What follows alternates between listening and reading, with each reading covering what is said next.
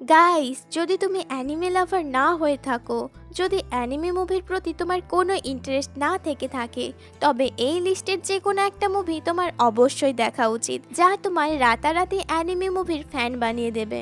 এই লিস্টের 5th নম্বরে রয়েছে হোতারুবি নুমুরি। এর গল্পটা অনেক বেশি ইন্টারেস্টিং আর অনেক ইউনিক। গল্পের প্রথমটা তোমায় অনেক বেশি আনন্দিত করলেও গল্পের শেষটা তোমায় ইমোশনাল করার জন্য যথেষ্ট। 4th নম্বরে রয়েছে I went to it your pancreas. 3rd নম্বরে রয়েছে এ সাইলেন্ট ভয়েস। এই মুভির ফার্স্ট কয়েক মিনিটই যে কারোর চোখে জল আনার জন্য যথেষ্ট। নাম্বার 2তে রয়েছে ইওর নেম। এই মুভিটার সম্পর্কে কিছুই বলা চলে না, শুধু এতটুকুই বলবো মুভিটা অ্যানিমে জগতের একটা মাস্টারপিস। নাম্বার 1-এ রয়েছে গ্রেভ অফ দ্য ফায়ারফ্লাইস। আমার মনে হয় দুনিয়ার বেস্ট মুভিগুলোর মধ্যে এটা অন্যতম। সবারই জীবনে একবার এই মুভিটা দেখা উচিত। এই মুভিটা আপনার জীবন সম্পর্কে